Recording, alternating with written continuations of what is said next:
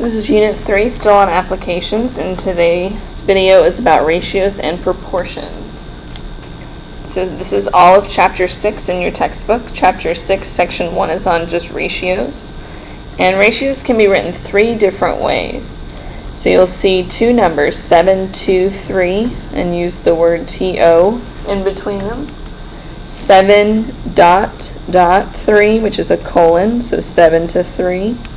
And sometimes you'll see it as a fraction, 7 over 3. All of these are ratios, and those are the three different ways to write them. And they are used to compare things, all kinds of things. Time, money, weight, volume. Anything you can compare, you can use a ratio to help you compare. So just a quick example, this is a quick scenario. Shane spent $14 on meat, $5 on milk, and $7 on fruit at the grocery store. Write the ratio of the amount he spent on fruit to the amount spent on milk. So fruit was $7 to milk, which was $5. So you can write it 7 to 5. You can write it 7 with a colon 5, or you can write it as a fraction 7 over 5. Three different ways to write the same thing. And then another one, write the ratio of the amount he spent on milk to the amount he spent on meat. So $5 on milk to $14 on meat. So that can be written 5 colon 14 or 5 over 14. Whatever they list first goes first. Whatever they list second goes second. So you go in the order that it states. So that's just writing a ratio. And ratios always have two parts. So if we have a ratio of 60 to 20, that can reduce down to 3 to 1, but not just 3. Otherwise, we would just put 3, but a ratio always needs two parts. So it would be 3 to 1, not just 3. And ratios are always written in lowest terms. And we're going to keep them as fractions, not mixed numbers. So we're not going to use mixed numbers at all. Even if it's an improper fraction, we're just going to leave it as an improper fraction. So here's some examples of writing each ratio in lowest terms. If you have 120 to 50, 120 to 50, we can divide those both by 10 and reduce it down to 12 over 5. And we will leave it as an improper fraction, 12 over 5. If we have the ratio 9 to 12, we can write it as a fraction, 9 over 12, and that can divide by 3 and divide by 3, and we can get it down to 3 over 4, and it will stay a fraction, 3 over 4. We have 100 to 50. That would be 100 over 50.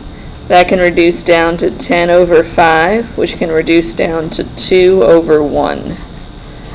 And it would not just be 2. You'd have to keep the 2 over 1. Because if we're comparing, we always need two parts. And then the last one, 15 to 6. 15 to 6. That can reduce down to 5 over 2, and we will leave it again as an improper fraction, 5 to 2. This is just writing various ratios. Here's another example. Write the ratio of length to width for the following rectangle. So length to width. And we can write it as a fraction. The length is 36. The width is 24. So the length would have to go on top, and the width would have to go on the bottom. 36 over 24, we can reduce that down. We could divide by 2, divide by 4, we could divide by 6. I'm going to divide by 6. And we can divide that by 2. We can get it down to a ratio of 3 to 2. So 3 over 2 would be the lowest terms of the ratio 36 to 24. 3 to 2. So again, writing ratios, pretty straightforward. Whatever number is first goes on top, and then you can reduce it down. You always have to have a top and a bottom for a ratio, even if the bottom is 1. We always have 2 parts to a ratio. Alright, the second half to this section is that ratios must have what we call matching units. Matching units. If you're going to compare something, you have to be fair in your comparison, so we always have to have matching units. If conversion is necessary, we always convert to what I call the smaller unit. And that doesn't make sense now, but it will in just a second. So ratios must have matching units, and if we have to do a conversion, we convert to the smaller unit. And here are some common conversions that you're going to see. Kind of just listed them all here. 1 week is 7 days. 1 day is 24 hours. 1 hour is 60 minutes. And 1 minute is 60 seconds. So those are some common time conversions. Hopefully you know all of those. There are some measurements conversions also that you might be familiar with or maybe not. 1 yard is 3 feet. 1 foot is 12 inches. 1 meter is 100 centimeters.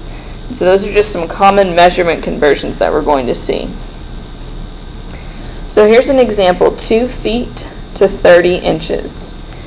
Feet to inches. Right now, that's not a fair comparison. We can't compare feet to inches because we wouldn't know which one is bigger or smaller.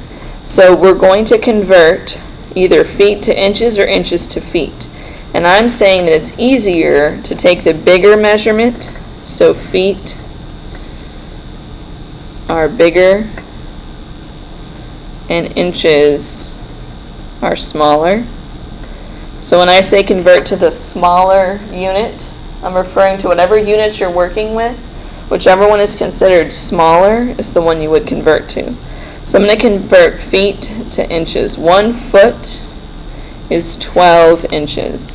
So I'm going to do 2 times 12. So 2 feet would be 24 inches. And now I can compare that to 30 inches. Now it's a fair comparison, inches to inches. So we take the bigger measurement, multiply it by whatever the conversion is, and then now we have matching units. And now we can write the ratio 24 to 30 and reduce that down to 4 over 5. So you don't want to reduce it until you've converted to matching units. So now that we have matching units, we can actually write the ratio in lowest terms. So your answer would be 4 over 5. Once the units match, you don't need to put the units anymore. But before they match, you have to put them on there. Once they match, you don't have to write them. So if you want to try this second one, you can pause and try this one. If not, you can watch me. If we have 9 inches to 6 feet, again we have inches and feet, not a fair comparison. So we're going to take the feet and we're going to multiply by 12 to convert it into inches. So this is going to become 9 inches to 6 times 12, I believe, is 72 inches. Now it's a fair comparison, inches to inches. So my ratio is 9 over 72, which reduces to 1 over 8. So it's a ratio of 1 to 8. So after you do the conversion, then you can reduce. Couple more. Converting days and hours. So we have 2 days compared to 8 hours. Right now, that's not a fair comparison. Hours are considered the smaller unit. So we're going to take the days. 1 day is 24 hours. So we're going to take 2 and we're going to multiply that by 24 hours. 2 times 24 is 48. So 2 days is 48 hours. And now we can fairly compare that to 8 hours. So my ratio is 48 to 8, which reduces down to 6 over 1. And again, we have to have that denominator 6 to 1. So convert to the smaller unit and then reduce your ratio 6 to 1. If you want to try the last one on your own, you can. This one we have 25 minutes to 3 hours. So minutes are considered smaller than hours. So we're going to take the hours and convert it. 1 hour is 60 minutes. So we will multiply 3 times 60 minutes so that we can fairly compare. So it's 25 minutes to 180 minutes. And I can write that as a ratio, 25 to 180. I believe those both divide by 5. 180 divided by 5 is 36. So my reduced ratio is 5 over 36. So again, you have to convert to make the units match. I suggest converting to the smaller unit. Makes it easier to write the ratio. Alright, that is section 6.1, just kind of the basics of ratios. And we will start with rates in just a minute.